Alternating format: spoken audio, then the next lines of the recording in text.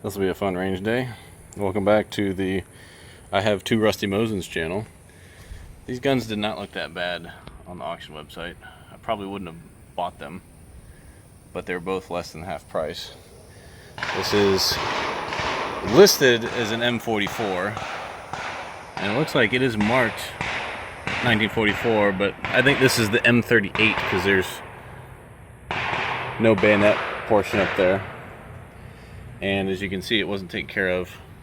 The stock's pretty much gone. So we're going to go through and strip what remaining finish is on this gun and refinish it. We're going to take it out of the stock today. I'm not going to hit anything with oil because essentially all the surface rust, we're going to convert it back into bluing, especially like on that. So we're just going to take it out and make sure it's not rusted through to the point where we can't shoot it. You can see even where the boomer had his grubby little hands is where it rusted out on the bolts. This is the Mosin, that's the M39. So this is actually a finish M39. It's not necessarily an M9130. I've always wanted one. When they first imported in the United States 10, 11 years ago. What's the fat guy's name? Clint? With, ooh, that's cool. Didn't you see that? Classic Firearms had these for like I think $4.50 maybe, and this one's been through some shit. This one's probably killed a lot of Russians, but it's seen better days.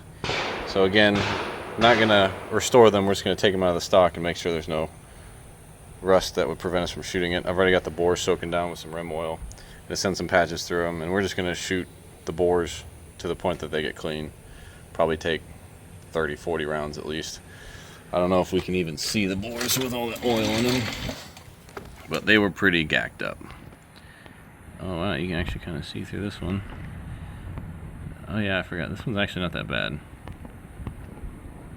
You can see all the oil sitting in there. But this one's actually got rifling. That's visible. The other one, not so much. It is pretty bad. Yeah, it's a very dark bore. There's still rifling. You can see some rifling in there. But we're going to send some patches down them. I'm going to try not to get tetanus. Probably won't show you guys how to disassemble them. I don't want to waste your time. I will take the butt plates off, see if there's anything cool under there. But like I said, we're just going to re-blue them. So the carbine's not too bad. It's not bad. It's that was a chamber, so the throat's cleaned out, and then the rest of these is just, it's a little dirty. Not too much rust. See how it looks. Oh yeah, plenty of spinny bits in there. Plenty of spinny. Might shoot minute of horse. Probably the easiest gun to get out of the stock. So the interrupter's still there. That's kind of necessary for the rims to work. Honestly, the stuff under the stock is better than the stuff above the stock. The stock actually saved a lot of this metal from getting all cheesed up. So yeah, this thing's minty fresh other than what was exposed to the elements. So we'll go ahead and shoot the piss out of this one and see how she does. Like I said, the bore looks pretty good. It just, this does not look good at all. Definitely needs a refinish. There's the upper hand guard. But yeah, it's those two screws and these two barrel bands, and it's apart. Pretty simple. Ooh, Cosmoline. But yeah, this gun's gonna get boiled out so we can card it and get rid of all the surface rust. Usually the magazine under the stock line is the worst, but you can see the stock line was right here, and everything outside of it is what got bad because, well, they force matched it too.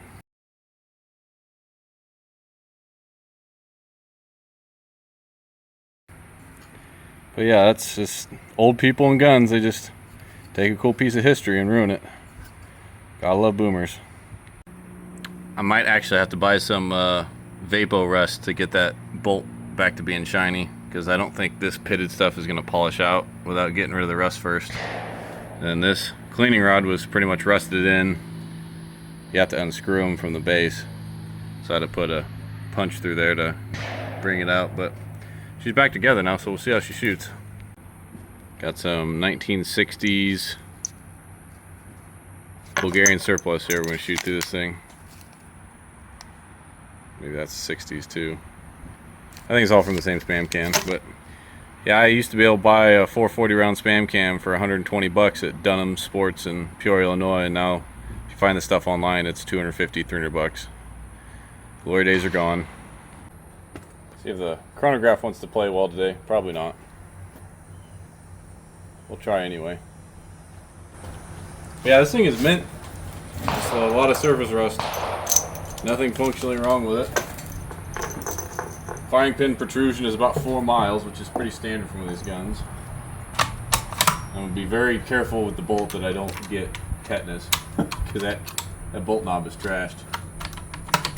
And apparently so is this magazine. There we go. Probably never been fired in the 2000s.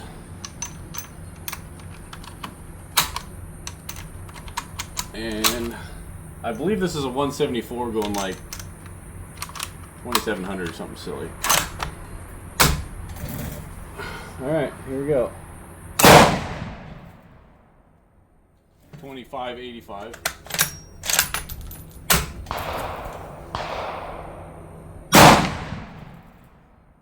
Well, the magazine's well lubricated. 2670. Wow.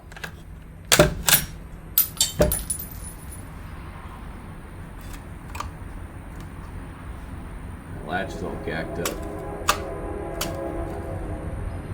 Well, that's not good. I need to be looking for new bottom metal for this thing. All sorts of bent out of shape.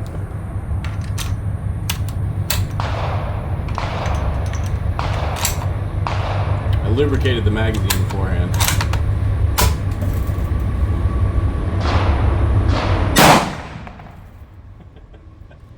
Maybe I should have lubricated the magazine. 2615. Now 174 going 2600s are very hot. It might be a 150, that'd make a lot more sense. I think I did a teardown video of this, which is what started this channel, was me tearing down ammo. But I'm not entirely sure.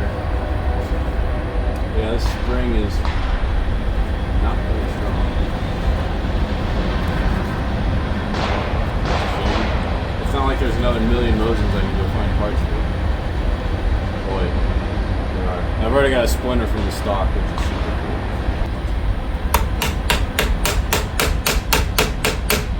Maybe it's because that wasn't seated all the way. Plastic. Maybe it'll stay together now.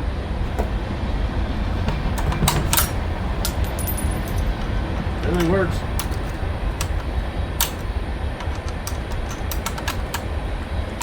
There's something, I don't know if there's rust built up on the face of this bolt that won't keep it from going in the battery, or if I just need to take the bolt apart, but it is very crusty going in the battery. So much for that magazine. 2654.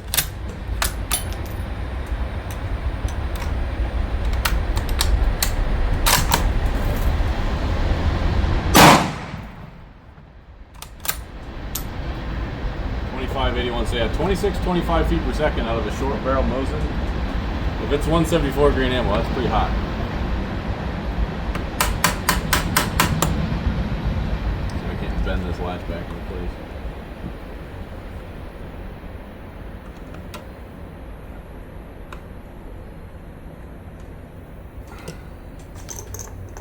Got 3 more loose here. We'll go look at that group. I'm sure it's probably terrible. This trigger is pretty terrible.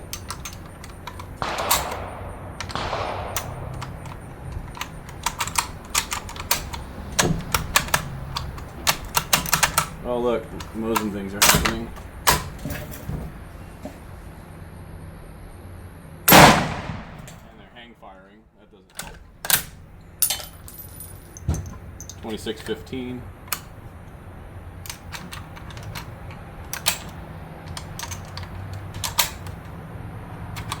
Now the rounds are stuck in the magazine. There's definitely some gack in there.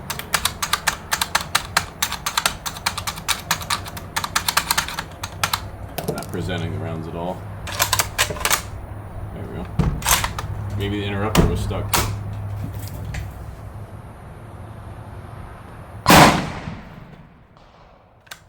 $25.80.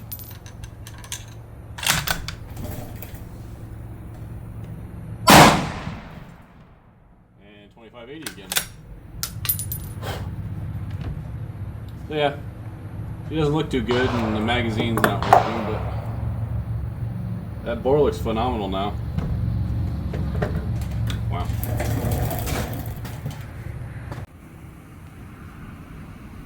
Oh yeah. That looks pretty good. Go see how she shot. My other two Mosin carbines have great triggers. This is not a great trigger.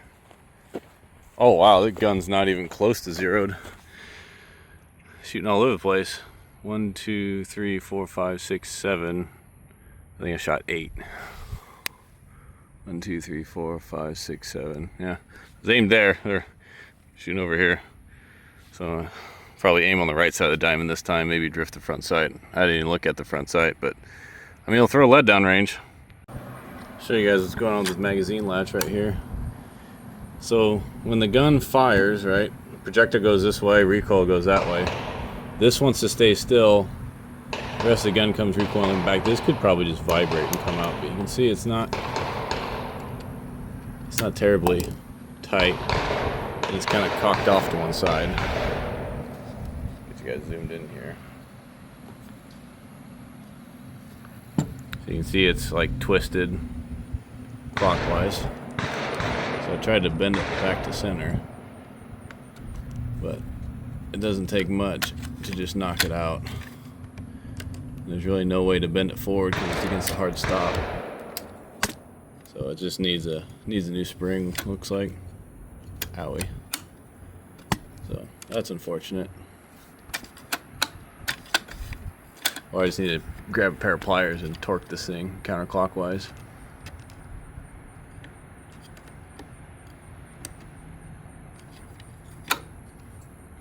But yeah, that's why she's not staying shut. Shoot another group.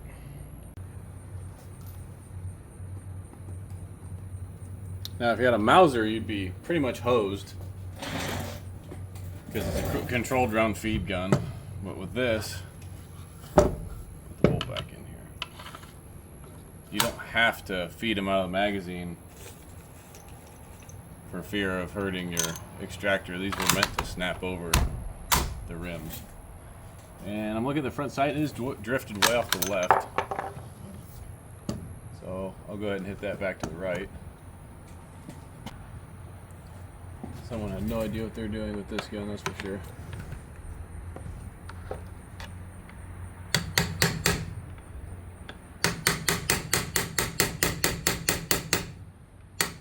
Of course, that's seized too.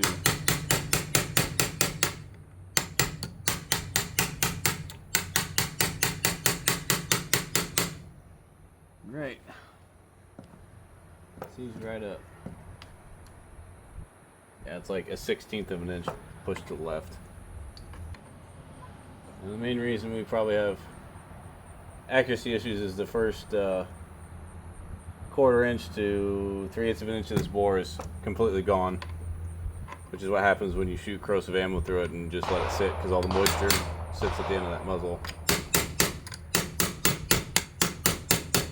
Okay, that's stuck. This will probably never be a tack driver. Unless I get it cut down, which I have no desire to. Anyway. Let's aim on the right side of that paper.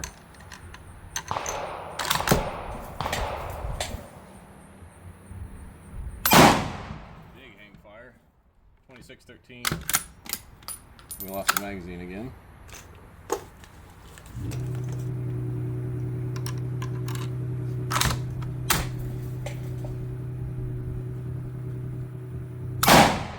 Hang fire. 2604 feet per second.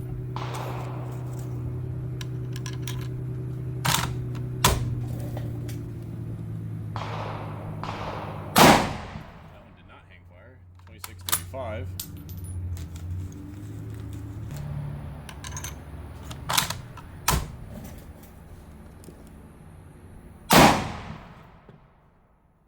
$25.94. Our standard deviation's getting way better.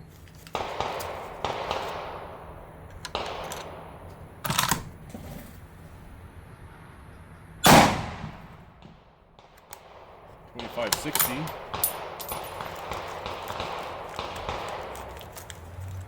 The bolt's not sticky, that's pretty cool. Legal hang fire and 2570. So 2600 feet per second of 170. That'd be a very powerful round.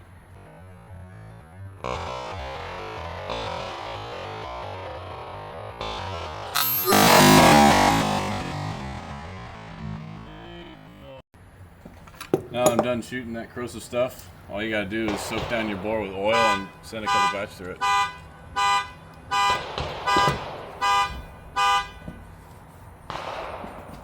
Things are hard. That's how you keep your bore from rusting out. It's really not that hard. Thanks, boomers. That was a lot better. One went where I wanted it to go. We got a couple in here, maybe one down there. Looks like maybe one there.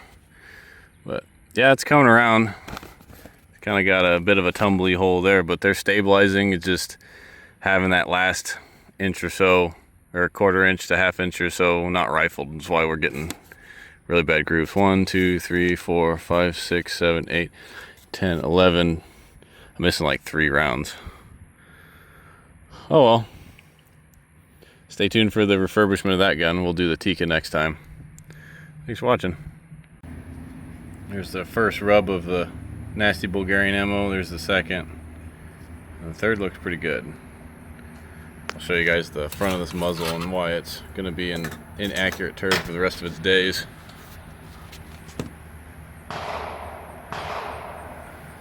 Turn our light on here. See how there's no rifling there at the end of the gun? That's why it's gonna be crap. Ain't no rifling for almost an inch. It's kind of sad. You can see all the rust coming out of this bolt from being used. Pretty grody.